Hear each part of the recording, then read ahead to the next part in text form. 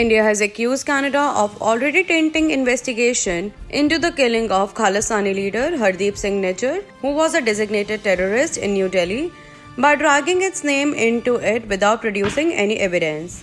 Indian High Commissioner to Canada Sanjay Verma told the Globe and Mail newspaper in an interview published on Saturday that where is the evidence? Where is the conclusion of the investigation? I would go a step further and say now the investigation has already been tainted. Our direction has come from someone at high level to say India or Indian agents are behind it. India-Canada relations have deteriorated after Prime Minister Justin Trudeau said in Parliament on September 18, in which he accused India of involvement in the killing of Nijjar outside a Gurdwara in Surrey in British Columbia in June. Trudeau also said that his government shared details of the allegations with Prime Minister Narendra Modi during his India visit in September, asking New Delhi to cooperate in the investigation. But Verma told the newspaper that no concrete evidence has been showed by Canada or its allies about New Delhi's alleged involvement in Nijjar's killing. The Indian High Commissioner quoted, "There is no specific or relevant information provided in this case for us to assess them in the investigation. Since Canadian claims of India's alleged hand in the killing are based on Indian diplomatic communications picked up by the Canadian Security Intelligence Service and agencies of another unnamed member of the Five Eyes," Verma highlighted the illegality of wiretapping conversations between diplomats. He said, "You are talking about illegal wiretaps and talking about evidence. Conversations between two diplomats are secured by all international law. Show me how you captured these conversations. Show me that someone did not mimic the voice." He said diplomatic conversations are protected under international law and cannot be used as evidence in court or publicly released.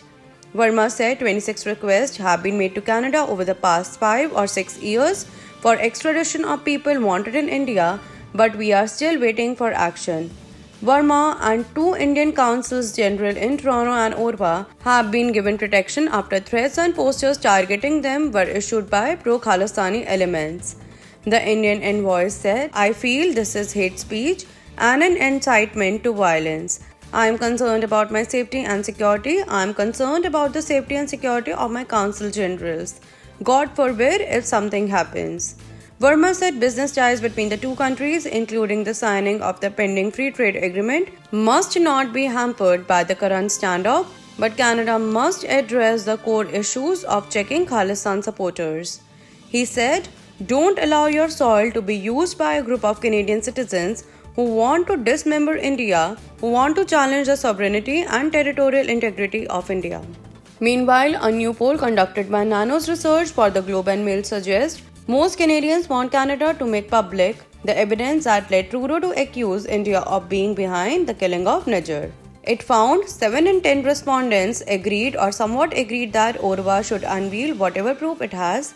2 in 10 either disagreed or somewhat disagreed.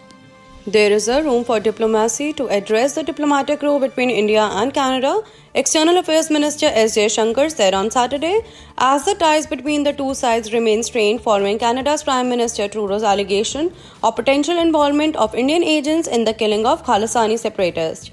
At an event in Italy, the minister said both sides have been in touch and hoped that a way would be found to resolve the row. At the same time, he asserted that sovereignty and sensitivity cannot be one-way streets. He said, "My hope certainly would be that we find a way. Sovereignty, sensitivity, these cannot be one-way streets. They may have their concerns. I have never ever with any country said I am not willing to talk to them about the legitimate concerns. But it cannot be that the conversation is completely dismissive or my concerns and my sensitivities."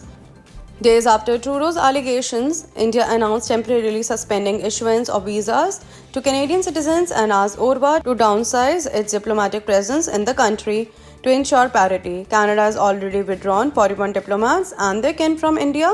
Jaishankar explained India's overall proposition that he said could apply to Canada as well. Media.